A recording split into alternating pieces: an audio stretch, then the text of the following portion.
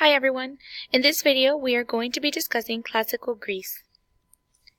We are going to identify the causes and effects of the development of classical Greece, and once we are finished, you will be able to compare and contrast the daily lives of people living in ancient Greek city-states of Athens and Sparta. Let's start with a little bit of background information. Historians divide Greek history into three periods. The Greek Dark Age, which took place between 1200 and 800 BC, was a period about which very little is known. During this time period, Greeks didn't leave a lot of records. They didn't produce very many things, so it's difficult to know a lot of what happened during this time period. But then, around 800, we move into the Archaic period.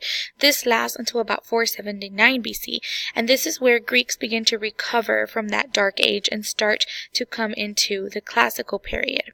So the Classical period starts around 479 BC, and it is what we consider the Golden Age of Greeks. This is when they were producing the most art, the most literature, and from this period is where Western civilization draws a lot of inspiration from.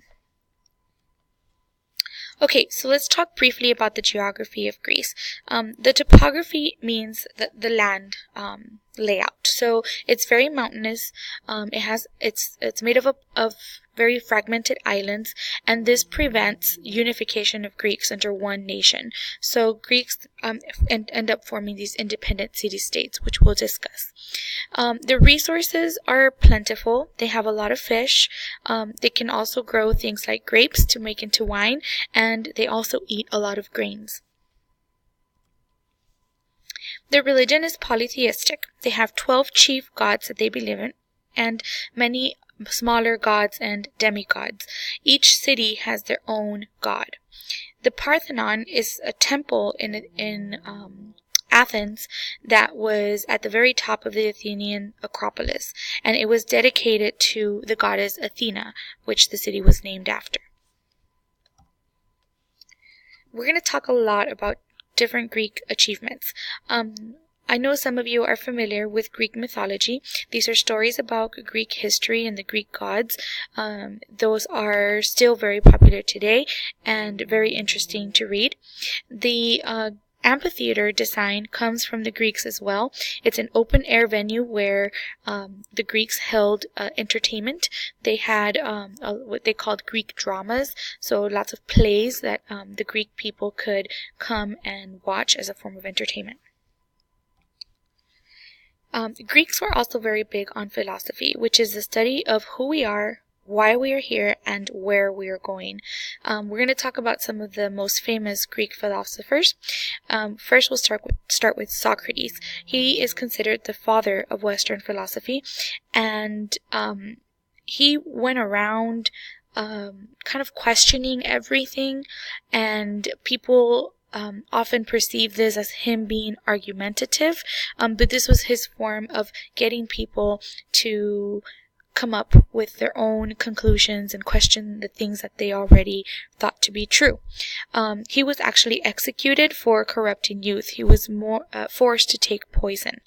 From Socrates, even though he didn't write anything down, we get the Socratic method. The Socratic method is used today in teaching for allowing teachers to conduct a method of inquiry that allows students to come up with their own answers, and this was developed by Socrates. Plato was one of Socrates' students. He's the one who actually wrote down a lot of the things that Socrates said. He eventually founded the Academy, which is the first institution of higher learning, the first school for adults that was created in the Western world, and it was founded in Athens. And then you have Aristotle. So Aristotle is Plato's student. He wrote many books about physics, about government, about anatomy, logic, poetry, biology. He was a very well-rounded intellectual. And Herodotus is considered to be the father of history, because he wrote a selection of stories that he titled the Histories, and he would go around talking to people, trying to get first-hand accounts of events. So he was the first to actually try to back up the things that he was writing with some evidence. Under achievements, we can also categorize the Olympics. So the Greeks were very big on physical fitness, and they were also very competitive between city-states. So these athletic competitions were created to show off each city-state's strength, and they were held in honor of Zeus. And so periodically, each city-state would send its best athletes to compete in different events, and we still do something similar today. Alright, so let's move on to politics. So the center of politics in Greek city-states was the polis. That's what we call the independent city-states of Greece.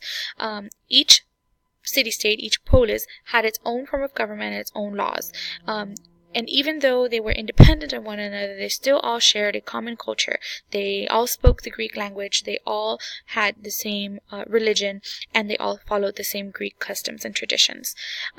The Acropolis is a very famous archaeological site in ancient Greece, which was a fortress city, like you see pictured here, that was found at the top of Athens. And it's still, there's a lot of ruins there today, and it's a big tourist site. Okay, so as far as economics, the Greeks did depend on trade.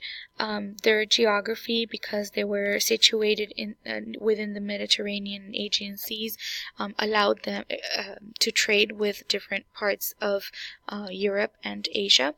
And they sold all of the things that they traded at these big marketplaces known as agoras.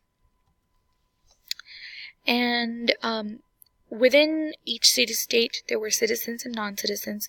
Usually, the Greek-born males were considered citizens, and non-citizens were the immigrants, women, children, and slaves.